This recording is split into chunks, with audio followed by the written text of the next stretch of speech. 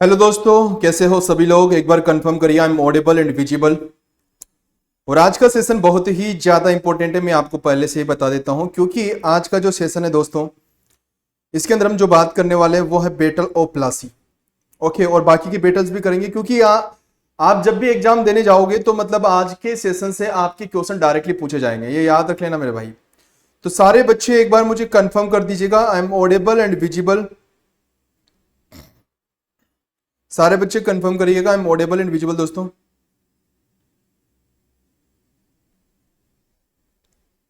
और सभी बच्चे फटाफट से आ जाइएगा, क्योंकि आज 2 से 3 बैटल हम पढ़ने वाले हैं। और आपको मैं बता देता हूं, ये आज का बाकी के सेशन आपको याद हो या ना हो कोई दिक्कत नहीं, बट आज का सेशन आपको याद होना जरूरी है, क्योंकि आपके 1 से 2 मार्क्स आज का सेशन आपको दिला देता है।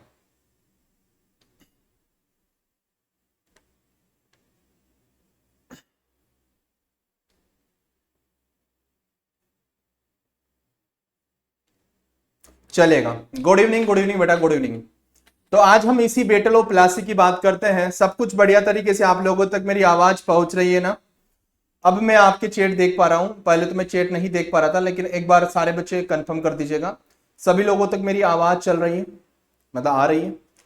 अब देखिएगा कि हम थोड़ा सा बात करेंगे बैटल ऑफ प्लासी की, और यहां से क्वेश्चन पूछा जाएगा। बेटा देख लेना, जब भी आप एग्जाम देने जाओगे तो आज के सेशन से 100% चांसेस होते हैं कि आपके क्वेश्चंस पूछे जाते हैं। ठीक है, क्या क्या पूछे जाते हैं मैं आपको बताने वाला हूं। अब देखिएगा कि यहां पे मैं सबसे पहले आपसे क्वेश्चन पूछूंगा, पुराना आपने सब कुछ पढ़ा होगा। आपका जो बैटल ऑफ प्लासी हुआ था मेरे भाई, आपका पास 23 जून 1757 को हुआ था। कोई मेरे को यह बता सकता है कि 1757 में क्या हो रहा था?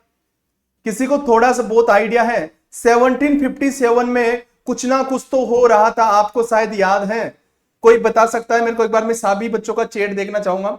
सारे बच्चे मुझे चैट बॉक्स में सारे बच्चे बता दीजिएगा कि 1757 के अंदर क्या हो रहा था, कौन कौन था और क्या हो रहा था। लास्ट वाले सेशंस अगर आपने ध्यान से देखे होंगे, अगर पीडीएफ को बार बार पढ़ा होगा, तो आपको ये चीज आपको याद आ रही होगी।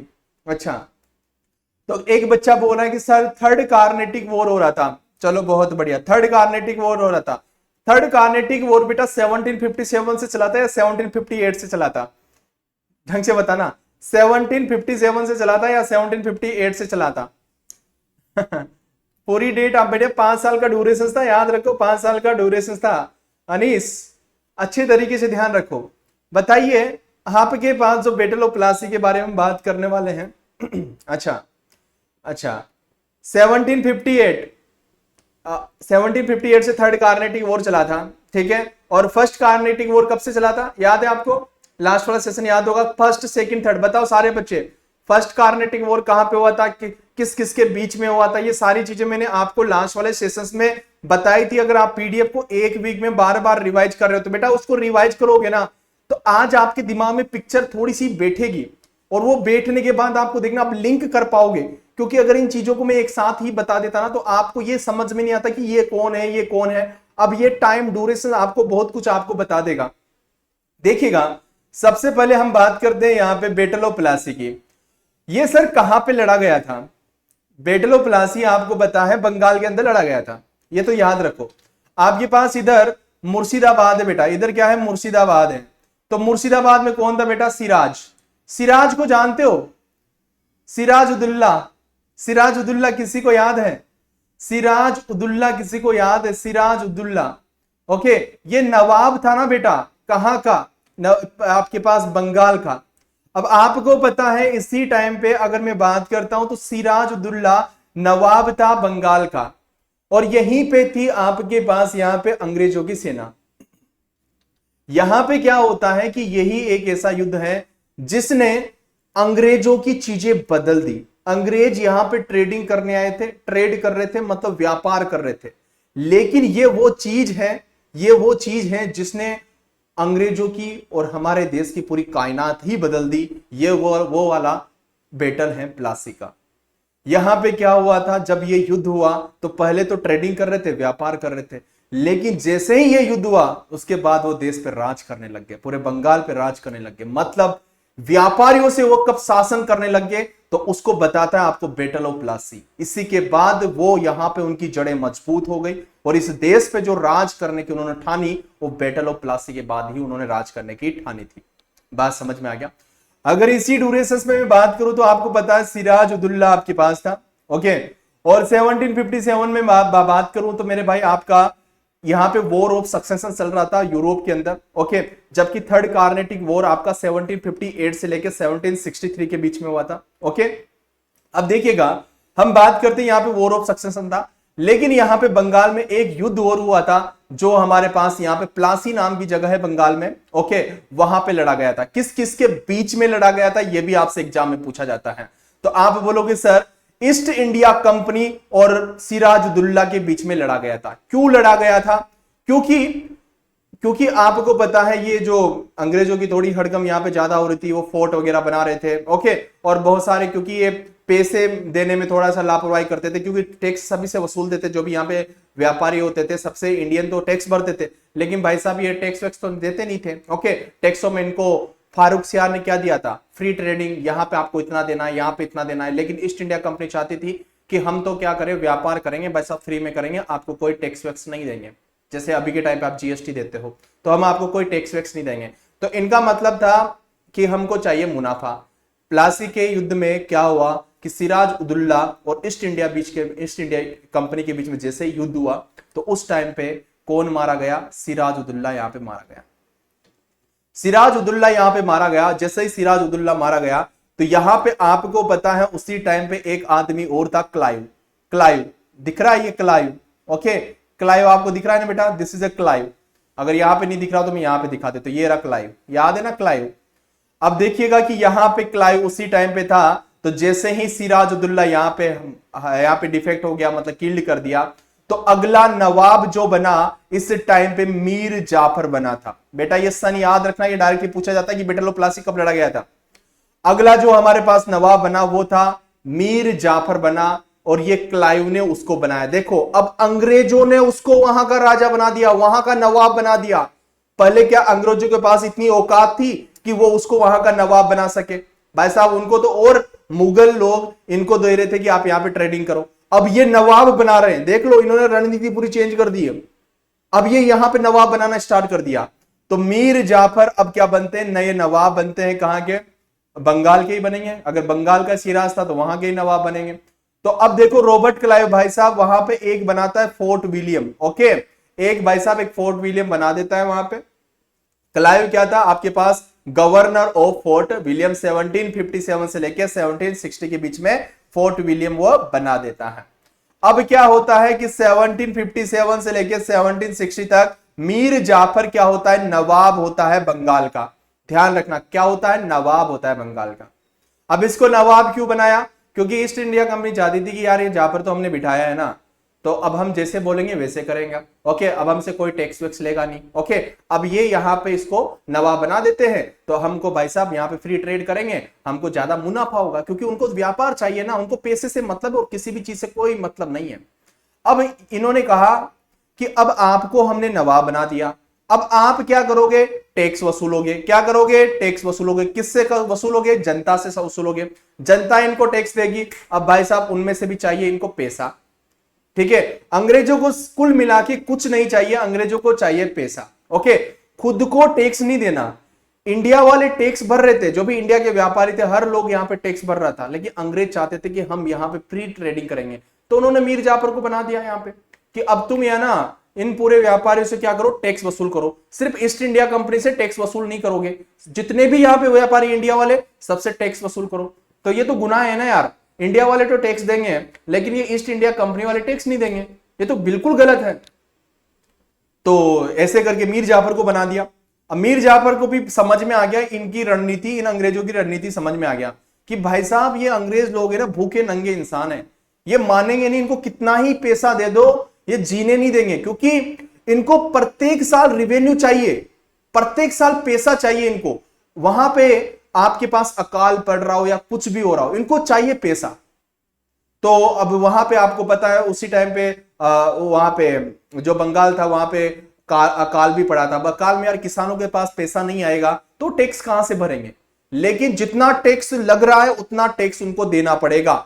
इनकी डिमांड थी भाई साहब 100 रुपए है ना, 100 रुपए आपको मिल रहे हैं ना, नवाब और किसको, जाफर को मिल रहे हैं ना, तो इन्होंने बोल दिया कि आप है ना हमको 40 रुपए दो, हमको कुछ नहीं चाहिए। अब कभी कभी क्या होगा कि भाई साहब इधर से जो भी इंडियंस लोग थे, क्योंकि ये तो टैक्स भरते नहीं थे अंग्रेज लोग, तो इंडियंस लोगों ने टैक्स कम दिया क्योंकि अकाल पड़ गया, अकाल पड़ गया तो इन्होंने 80 रुपए दिया। फिर भी भाई साहब ये क्या बोलते हैं, हमको तो 40 रुपए ही चाहिए, हमको तो 40 रुपए ही चाहिए। तो ये तो बहुत ही गलत बात थी। तो यहां पे ये मीर जाफर भी 3 साल में समझ गया कि भाई साहब ये तो भूखे नंगे इंसान है, ये तो मानेंगे नहीं। तो इसी टाइम की मैं थोड़ी सी बात करता हूं कि east India company was granted free trade. उनको क्या मिल गया, ये तो फ्री ट्रेड करने लग गई, बंगाल में, बिहार में, उड़ीसा में, ये तो फ्री ट्रेड, बस इंडिया वालों से टैक्स वसूलो और कुछ मत करो। अब देखिएगा कि हमारे पास यहां पे इसी टाइम पे आपको पता है कार्नेटिक वॉर चल रहा था। अगर कार्नेटिक वॉर चल रहा था तो आपको पता है कि फ्रेंच वाले यहां पे हार चुके हैं, और फ्रेंच वाले यहां पे हार चुके हैं तो ऑल जितनी भी फ्रेंचों की फैक्ट्री थी वो ईस्ट इंडिया कंपनी के हाथों में थी। अब मीर जाफर को क्या करता है कि भाई साहब धोखाधड़ी करने लग जाता है कि यार ये अंग्रेज तो मान ही नहीं रहे, इनको कहां से पैसा दे। ओके, तो ये थोड़ा फ्रेंचों से भी थोड़ा बोलते हैं कि आप हमारी हेल्प करो। ओके, और दूसरे डच लोग थे वो भी तो अवेलेबल थे, तो उनसे बोलते कि आप हमारी हेल्प करो। लेकिन अंग्रेजों ने बोला था आप है ना एक चीज हमारे साथ साइन कर लो, आप किसी के साथ साइन नहीं करोगे, ना तो फ्रेंच के साथ करोगे ना डच के साथ करोगे। हमने आपको नवाब बनाया ना, आप फ्रेंच वालों के साथ हाथ नहीं मिला सकते हो, आप डचों के साथ हाथ नहीं मिला सकते हो, आप हमारे साथ हाथ मिलाइएगा। तो अब ये नवाब क्या करता है, मीर जाफर भाई साहब फ्रेंच वालों को बोलता है यार इन अंग्रेजों को भगाओ यार, इन्होंने परेशान कर दिया यार हमको। तो जैसे ही परेशान करता है तो अंग्रेजों को पता चला। अब अंग्रेजों को पता चलेगा तो अंग्रेज क्या करेंगे, आप खुद सोचिए। अंग्रेजों को पता चल गया कि हमने बोला था कि फ्रेंच वालों से सहायता नहीं लेनी, फिर भी इसने फ्रेंच वालों से सहायता ले ली। अगर सहायता ले ली तो अंग्रेज क्या करने वाले हैं, अंग्रेज बोलेंगे कि भाई साहब तुम यहां से भग जाओ, और उसको गद्दी से उतार दिया जाता है। अब ये भाई साहब 3 साल तक नवाब रहा था बंगाल का। अब यहां पे अंग्रेज बोलते हैं कि मीर कासिम आप आइए बेटा, बैठिए, आप बनिए नवाब, हमको नवाब नहीं बनना, आप नवाब बनिए। तो इनको भाई साहब मीर कासिम को बना दिया नया नवाब बंगाल का 70-60 से लेकर 70-63 तक। अब मीर कासिम है ना थोड़ा सा चातुर इंसान था, क्योंकि ये थोड़ा सा मतलब जाफर के कंपेयर में अगर बात करोगे तो थोड़ा सा एडवांस लेवल का आदमी था। तो ये क्या करता है कि भाई साहब सबसे पहले तो उसको पता चल गया कि ये मुर्शिदाबाद जो जगह है ना, जहां इनका कैपिटल था, जहां पे ये बैठते थे। ओके, तो मुर्शिदाबाद में तो बैठा था ये सिराज भी मुर्शिदाबाद में बैठा था। ओके, ये मुर्शिदाबाद है, ये मुर्शिदाबाद है बेटा, मुर्शिदाबाद में ही सिराज बैठा था, मुर्शिदाबाद में जाफर बैठा था। तो ये क्या करता है कि यार इधर तो है ना ये अंग्रेज है ना 24 घंटे ना हमारे साथ ही रहते हैं, तो हम क्या करते हैं कि हमारा कैपिटल है ना थोड़ा शिफ्ट कर देते हैं, इधर थोड़ा सा शिफ्ट कर देते हैं, इधर शिफ्ट कर देते हैं। कहां पे, मुंगेर में, बिहार साइड में। इन्होंने भाई साहब बिहार साइड में अपना कैपिटल शिफ्ट कर दिया कि वहां पे बैठेंगे तो ये अंग्रेज है ना 24 घंटा हमारे साथ नहीं रहेंगे, तो थोड़ा सा आसानी रहेगी। अब देखो यहां पे क्या होता है कि मीर कासिम को तो समझ में आ गया कि भाई साहब तो भूखे नंगे इंसान है, तो मानेंगे नहीं, इनको तो चाहिए पैसा दो पैसा दो पैसा दो पैसा दो। लेकिन इनको पैसा कहां से दे, यहां पे तो गरीबी है, यहां पे बहुत सारी ट्रेजेडी हो रही है। ओके, सूखा पड़ रहा है, काल पड़ रहा है, कहां से पैसा दे, इनको तो पूरा जो 40 रुपए बोला वो 40 रुपए चाहिए। तो मीर कासिम को भाई साहब, मीर कासिम यहां से अपनी कैपिटल शिफ्ट करने के बाद क्या होता है कि अब अंग्रेजों को पता चलता है कि यार ये भी थोड़ा सा धोखाधड़ी यहाँ पे कर रहा है मीर कासिम भी। तो मीर कासिम को भी भाई साहब क्या करेंगे, डिसमिस कर देंगे, आप भी निकल जाइएगा यहाँ से। ओके, फिर मीर जाफर वापस आता है अंग्रेजों के पास। ये वापस मीर जाफर, यही मीर जाफर ये आता है कि अरे अरे रुकिए रुकिए सर, हमें ना वापस, हमको वापस नवाब बना दीजिएगा, आप बोलोगे वैसा हम करेंगे, चिंता मत करिएगा। तो हमारे पास वापस 70-63 से लेकर 70-65 तक मीर जाफर को वापस से नवाब बना दिया जाता है, वहां पे कहां का बंगाल का। तो बात समझ में आ गया। इंपॉर्टेंट फैक्टर क्या है कि इस सेशन में आपको याद क्या रखना है, इंपॉर्टेंट बात यह है कि इंपॉर्टेंट आपको यह याद रखना है कि प्लासी का युद्ध कब लड़ा गया था, 23 जून 1757 को। कहां पे लड़ा गया था, प्लासी में लड़ा गया था। किस किस के बीच में लड़ा गया था, सिराज और ईस्ट इंडिया कंपनी के बीच में। कौन डिफेक्ट हुआ, देखो ये 3 पॉइंट तो याद रखने हैं, और बाकी की याद हो जाए तो बहुत अच्छी बात है। ठीक है, कि उसके बाद कौन नवाब बना था, मेरे हिसाब से कोई प्रॉब्लम नहीं कि नया नवाब कौन बना था। याद रख लो कि मीर जाफर बना था, मीर जाफर के बाद मीर कासिम बना था, फिर मीर जाफर बना था, रख लोगे बेटल ऑफ प्लासी में। बस इतना ही आपको याद रखना है। क्लियर क्लियर दोस्तों, बात समझ में आ गया। इतना ही आपको बेटल ऑफ प्लासी पढ़ना है। इससे आपके सारे क्वेश्चन बन जाएंगे, इसके अलावा आपको बैटल ऑफ प्लासी पढ़ने की जरूरत नहीं है। अब देखिएगा, अब ये बैटल ऑफ बक्सर, अब देखो ये बैटल ऑफ बक्सर, इसके बाद हमारे पास कहां पे होता है बैटल ऑफ बक्सर। ये बक्सर कहां पे, सबसे पहले तो देख लो, आपको यहां पे देखने की कोशिश करिएगा कि ये बिहार है, बिहार तो जानते हो ना, ये बिहार है। बिहार में एक जगह है बक्सर, जो बिहार से होंगे तो जानते होंगे, बिहार के अंदर है बक्सर, जबकि प्लासी कहां पे था, बंगाल के अंदर। बक्सर का युद्ध कब लड़ा गया था और किस किस के बीच में लड़ा गया था, उसी की बात करते हैं।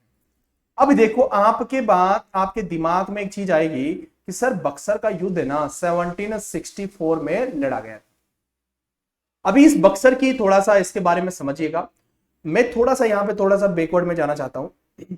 इसको लीड कौन कर रहा था प्लासी के युद्ध में, उनका गवर्नर कौन था अंग्रेजों का, क्लाइव। क्लाइव लीड कर रहा था, ये याद रखना बेटा, कौन था यहां पे लीड करने वाला, क्लाइव था। अब यहां पे क्लाइव नहीं है, क्लाइव इंग्लैंड जा चुका है, ओके, रिटायर होके इंग्लैंड जा चुका है। अब हमारे पास नया यहां पे गवर्नर आता है, ओके, जिसका नाम क्या है बेटा, जिसका नाम क्या है, ये रहा हेक्टर मुनेरो, ओके, हेक्टर मुनरो नया इंसान आता है वहां का, ओके। अब भाई साहब यहां पे युद्ध होता है खतरनाक। अब यहां पे थोड़ा सा मैं बात करूंगा कि किस किस के बीच में होता है, शुजा उद्दौला, शाह आलम सेकंड और मीर कासिम के बीच में। अब देखो मीर कासिम कौन है, नवाब ऑफ बंगाल, ये तो भाई साहब बंगाल का नवाब है, ओके। जबकि शाह आलम कौन है, शाह आलम सेकंड को आप नहीं जानते होंगे, थोड़ा सा हम बता देते हैं। ये वो इंसान है जो दिल्ली से भागा था, ओके, दिल्ली से भाग के दिल्ली की कुर्सी को, अपनी कुर्सी को छोड़ के कहां पे आके छिपा पड़ा था, अवध के पास। कहां पे पड़ा था बेटा, अवध के पास। बात समझ में आ गया, कहां पे आया बेटा, हमारे पास अवध में ये आ गया था। अब अवध का जो था, अवध का जो था हमारे पास कौन था नवाब, आप बोलोगे शुजा उद्दौला, याद है, इसी टाइम पे शुजा उद्दौला भी था, याद आ रहा है शुजा उद्दौला। अब तो थोड़ा बहुत नाम याद आ गया होगा, लास्ट वाले सेशन में मैंने बहुत अच्छे से बताया है कि शुजा उद्दौला। अब सोचो शाह आलम सेकंड के पास कोई सेना है, शाह आलम भले ये नवाब तो थे कभी किसी जमाने में दिल्ली के, लेकिन भाई साहब ये तो घुस के कहां पे आ बैठे, अवध के पास। ये तो अकेले इंसान है, इनके पास कोई सेना वेना तो नहीं है, ओके। अगर कोई सेना वेना नहीं है तो भाई साहब आप बोलोगे कि सर इसके पास तो कोई सेना ही नहीं है। तो नवाब ऑफ अवध शुजा उद्दौला के पास तो सेना है, चलो इसको मैं राइट मार्क कर देता हूं कि इसके पास सेना है, तो इसके पास कोई सेना नहीं है। मीर कासिम के पास कोई सेना है, बताइए, मीर कासिम के पास कोई सेना है इस टाइम पे। अब बताओ यहां पे थोड़ा सा हो कि 1760 से लेकर 1763 तक मीर कासिम नवाब था। अब लेकिन 63 के बाद तो हमारे पास कौन बना दिया, मीर जाफर बना दिया। तो 1764 में तो भाई साहब आपके पास कासिम तो रहा नहीं नवाब, कासिम तो रहा नहीं नवाब, तो ये भी तो एक अकेला ही इंसान है, ये भी तो एक अकेला ही इंसान है। तो आप बोलोगे सर इसके पास भी कुछ सेना नहीं है, इसके पास भी कुछ सेना नहीं है। अब शुजा उद्दौला के पास ही सेना है यहां पे। अब बड़े ध्यान से समझने की कोशिश करना, शुजा उद्दौला, इसलिए मैंने पहले रिप्रेजेंट किए थे सारे नाम। जिन्होंने पुराने सेशन नहीं देखे ना तो पुराने जरूर देख लेना, शायद अब आपको चीजें अच्छे तरीके से समझ में आ रही होगी। क्योंकि अगर ये नाम आज पहली बार सुनते ना तो आपको बड़ी प्रॉब्लम आती, लेकिन मेरे हिसाब से अब आपको कोई प्रॉब्लम नहीं आएगी। अब देखो ये तो भाई साहब कहने के नवाब है, ये दोनों तो कहने के नवाब है कि नवाब ऑफ बंगाल, थोड़ा सा नाम बड़ा सा लगता है ना, नवाब ऑफ आपके पास दिल्ली, ओके, जो मुगल एम्परर था, तो थोड़ा सा बड़ा सा नाम लगता है। और यहां पे शुजा उद्दौला ये तो नवाब था, तो थोड़ा सा ये दोनों के पास कोई सेना नहीं है। लेकिन एक नाम होता है कि ईस्ट इंडिया कंपनी से युद्ध हो रहा है और 3 नवाब युद्ध कर रहे हैं, तो एक बड़ा नाम आ जाता है ना। भले उनके पास सेना ही नहीं है, इन दोनों के पास कोई सेना ही नहीं है, फिर भी एक बड़ा नाम रिप्रेजेंट होता है कि भाई साहब जो ईस्ट इंडिया कंपनी से ना 3 नवाब मिलकर युद्ध कर रहे हैं, तो एक बड़ा सा नाम हो जाता है। सेना तो सिर्फ शुजा उद्दौला के पास ही है। अब देखो इसमें क्या होगा, ईस्ट इंडिया कंपनी वापस जीत जाएगी भाई साहब। अब ईस्ट इंडिया कंपनी को लीड कौन कर रहा था, हेक्टर मुनरो कर रहा था। कौन कर रहा था, हेक्टर मुनरो कर रहा था। बेटा नाम याद रखना, क्लाइव इस टाइम पे नहीं है, क्लाइव पुराने टाइम पे था प्लासी वाले में, इसमें क्लाइव नहीं है। अब यहां पे भाई साहब there combined force 40,000 40,000 were defeated at Buxar by leading only 7,000 troops. यहां पे भाई साहब, यहां पे 7,000 की सेना थी अंग्रेजों की। किसकी? अंग्रेजों की। और यहां पे 40,000 की सेना थी शुजा उद्दौला की। बहुत बड़ी सेना थी, छोटी मोटी सेना नहीं थी। लेकिन अंग्रेजों के पास मॉडर्न आर्मी थी, मॉडर्न वेपन्स थे। लेकिन हमारे यहाँ के तो ढीले थे इंसान। ओके, इनके पास तो कोई मॉडर्न वेपन नहीं थे, नॉर्मली थे भाई साहब। अब वो तो तलवार से लड़ते, वो बंदूकों से लड़ते, तो दोनों के पास तो कमी तो होगी ना। ये 7,000 की सेना 40,000 की सेना को यूं खत्म कर देती है। तो यहां पे हेक्टर मुनरो के साथ ये ईस्ट इंडिया कंपनी यहां पे जीत जाती है। अब हेक्टर मुनरो इसको लीड कर रहा था। नाम बार बार दिमाग में बिठाने की कोशिश करो, हेक्टर मुनरो। अब जब हेक्टर मुनरो इसको लीड कर रहा था, तो हेक्टर मुनरो तो कहा कि भाई साहब देखो, हम तो सेनापति हैं आपके, और हमको तो लड़ाई झगड़ा आता है, ठीक है, हमको ये चलाना कैसे है, सिस्टम कैसे चलाना है, भाई साहब ऐसा हमें दिमाग नहीं है। हमसे तो युद्ध करवा लो कि वहां पे युद्ध करना है वहां पे चले जाएंगे, यहां पे करना है वहां पे चले जाएंगे। लेकिन भाई साहब हमने 3 जगहों को हरा दिया। हमने शुजा उद्दौला नवाब अवध को हरा दिया, हमने नवाब ऑफ जो दिल्ली का वो था एम्परर पहले का शाहजहां आलम सेकंड, तो उसको हरा दिया हमने। मीर कासिम नवाब ऑफ बंगाल को हरा दिया। लेकिन दिमाग में ये आया कि यार अब इसको हम हैंडल कैसे करें, अब इन पर राज कैसे करें, क्योंकि हमारे पास इतनी बड़ी आर्मी तो नहीं है कि थोड़ी तो हम अवध में डालेंगे, थोड़ी बंगाल में डालेंगे, थोड़ी दिल्ली में डालेंगे, इतना तो नहीं कर सकते। क्योंकि अगर हमने कुछ अलग किया तो यहाँ की जनता पलटवार कर देगी, और पलटवार कर देगी तो हमको यहां से भगना पड़ेगा। तो हम क्या करें? तो ये भाई साहब पोल टिकाते हैं किसको? क्लाइव को। क्योंकि क्लाइव थोड़ा सा समझदार था, दिमागदार था, उसको पूरा पॉलिटिकल चीजें आती थी, उसको बहुत अच्छे तरीके से ना सिस्टम को बैलेंस करना आता था। अब एक क्लाइव को भाई साहब फोन तो था नहीं, अब आप लोग से फोन कैसे मिला दिया? फोन नहीं था उस टाइम पे। उस टाइम में चिट्ठी भेजी जाती थी, तो उन्होंने जहाज के थ्रू चिट्ठी भेजी। अब सोचो कि चिट्ठी मतलब वहां पे जाएगी तो थोड़ा 4-5 महीना भी लग सकता है, 3 महीना भी लगता है, तो चिट्ठी जाने में टाइम लगेगा, क्लाइव का रिजल्ट आने में थोड़ा टाइम लगेगा। अब भाई साहब ये बोलते कि क्लाइव साहब आप वापस आइएगा, हमने ना यहाँ पे शुजा उद्दौला, शाह आलम सेकंड, जो नवाब उनको हरा दिया है। तो क्लाइव के पास जैसे 3-4-5 महीने में चिट्ठी जाती है, क्लाइव उसको पढ़ता है और क्लाइव बहुत खुश होता है, अरे वाह क्या बात है, आपने नवाब ऑफ अवध, नवाब ऑफ दिल्ली, नवाब ऑफ बंगाल इनको हरा दिया, चलो ठीक है हम आते हैं। तो क्लाइव वापिस आता है, क्लाइव वापिस आता है, ये इंडिया आता है, क्योंकि इसको पूरा पॉलिटिकल चीज आती थी, किसके साथ क्या करना है, किसके साथ क्या करना है, सारी चीजें इसको आती थी। आता है, अब वो बोलता है, इनसे सारे ट्रीटी साइन करता है कि नहीं कोई दिक्कत नहीं, शुजा उद्दौला भाई साहब चिंता मत करो, हमने आपको हरा दिया ना, कोई दिक्कत नहीं, आप वहां के नवाब रहो, हमको कोई प्रॉब्लम नहीं, बस अब है ना राज हम करेंगे। क्या बोला बेटा? अब राज हम करेंगे। अब यहां पे कुछ चीजें होगी बेटा, कुछ चीजें होगी, क्या होगी वही मैं समझाने की कोशिश करूंगा।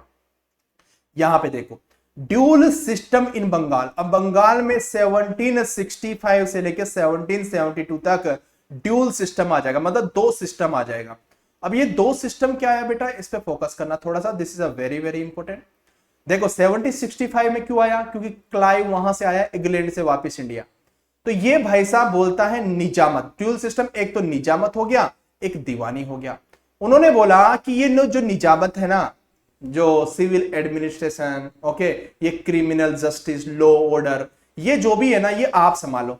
ये जो नवाब थे ना, इनसे बोला कि ये निजामत वाला काम है ना आप लोग संभालो, मतलब जो भी एडमिनिस्ट्रेशन करना है, क्रिमिनल कोई क्रिमिनल है उसमें जस्टिफिकेशन करना है, जो भी करना है ये आप संभालो, लेकिन दीवानी का राइट हमें दे दो, पैसे हम संभालेंगे, क्योंकि हम तो व्यापारी हैं भाई साहब, हम तो व्यापार करने आए थे, पैसे हम संभालेंगे, जो भी आपको एडमिनिस्ट्रेशन करना है, जो भी करना है वो करो, बस रेवेन्यू हम संभालेंगे और ये संभालो। तो इसे बोला गया ड्यूल सिस्टम इन बंगाल। अब बंगाल में ड्यूल सिस्टम आ गया, रेवेन्यू पूरा किसके हाथ में आ गया बेटा? अंग्रेजों के हाथ में आ गया। ये बात समझ में आ गई? हाँ, ट्रीटी ऑफ इलाहाबाद इसी टाइप की हुई थी बेटा, ट्रीटी ऑफ इलाहाबाद भी हुई थी, ठीक है। अब देखिएगा, अब यहां पे ब्रिटिश टुक ओवर दीवानी राइट, ब्रिटिश ने दीवानी राइट ले लिया from Mughal, but gave the निजामत ड्यूटीज टू नवाब ऑफ बंगाल। निजामत की ड्यूटी किसको दे दी कि आप यहाँ के नवाब बने रहो, क्रिमिनल एडमिनिस्ट्रेशन आप लोग संभालो, रेवेन्यू का काम हमको दे दो, क्योंकि हम तो पैसा कमाने आए थे। अब आपको ऐसा नहीं लग रहा, अब अंग्रेज लोग बहुत ताकतवर हो चुके हैं, अब यहां पे अंग्रेज लोगों के अंडर में ही ये चीजें चलने वाली, क्योंकि अंग्रेज उनको बोल रहे हैं आप ये संभालो, हम ये संभालेंगे। पहले क्या था? पहले तो भाई साहब अकबर के पास, जहांगीर के पास, औरंगजेब के पास ये कितने लेके जाते थे भाई, कितने फरमान लेके गए कि साहब हमको ट्रेडिंग करना है, साहब यहाँ पे हमको फैक्ट्री डालना है, साहब हमको यहाँ पे करना है, ऐसे जाते थे। आज की तारीख में ये खुद बोल रहे हैं कि अब है ना भाई साहब हम रिवेन्यू संभालेंगे और आप एडमिनिस्ट्रेशन संभालो। कैसा लगेगा? ये हालत हो चुकी है मुगल एम्पायर की। अब मुगल एम्पायर खत्म हो चुका है, मतलब पूरा डिस्ट्रॉय हो चुका है। अब ईस्ट इंडिया कंपनी यहां पे आ चुकी है आफ्टर, क्योंकि बैटल ऑफ प्लासी में पता चल गया था और 1764 बक्सर में तो पूरा ढंग से पता चल गया। अब देखो हमारे पास दिस विक्ट्री, जब बक्सर का युद्ध हुआ तब हमारे पास East India Company a great power in North India, North India में सबसे बड़ी पावर के रूप में ईस्ट इंडिया कंपनी यहां पे उभर के आई कि भाई साहब अब इनसे कोई युद्ध करने की तो कोई वो रखेगी नहीं ना। अब देखिएगा, इतनी बात आपको समझ में आ गया, बैटल ऑफ बक्सर समझ में आ गया, बैटल ऑफ प्लासी आपको समझ में आ गया, ड्यूल सिस्टम इन बंगाल आ गया। कितने साल तक आया? 1765 से लेकर 1772 तक आया। इसके बारे में भी कुछ ना कुछ होगा। इतनी बात मुझे बता दो सारे बच्चे, समझ में आ गया। अब हम नेक्स्ट सेशन में चलेंगे, लेकिन सबसे पहले मुझे यहां तक समझा दीजिएगा फटाफट से। सबसे पहले बताओ, क्लियर करके बताओ, पक्का चलेगा?